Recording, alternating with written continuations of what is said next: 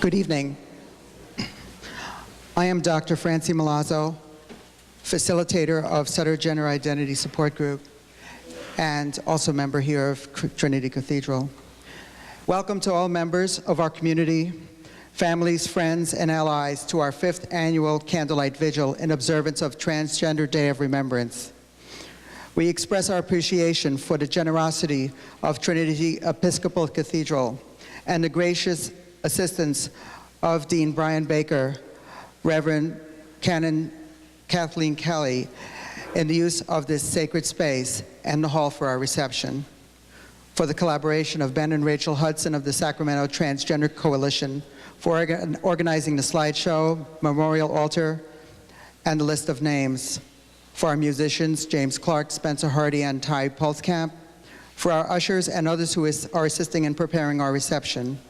There will be a reception immediately following this in the 2nd floor assembly room, and there will be signs directing you afterwards.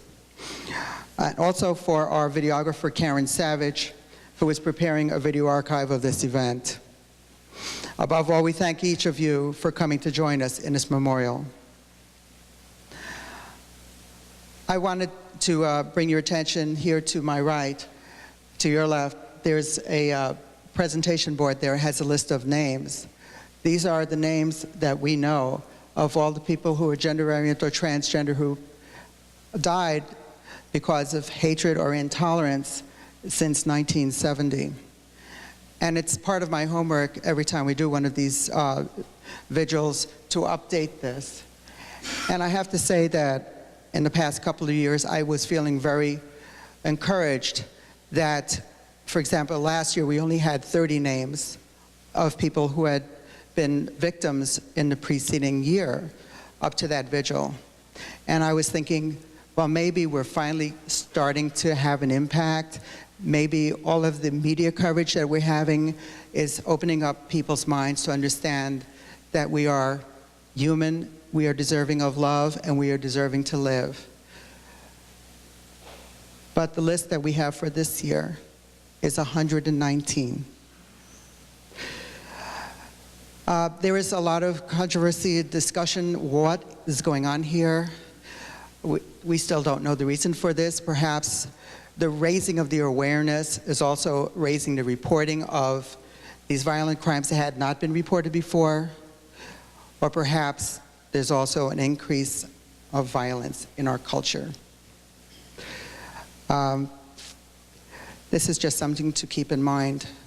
I really applaud what has been going on as far as a lot of the advances that we've made, such as the passage of the Guanajuato hate crimes bill here in California. But we still have a lot of work to do, and that's the reason why we're all here tonight. Tonight we gather to remember the lives of our many brothers and sisters who have fallen to hatred and prejudice because they were transgender or perceived to be so. The first Transgender Day of Remembrance was a candlelight vigil held in San Francisco in November 1999 to honor Rita Hester, a transsexual woman who was stabbed to death by an unknown killer in her home in Boston in 1998. Every year since then, Day of Remembrance events around the world have been held in memory of our dead.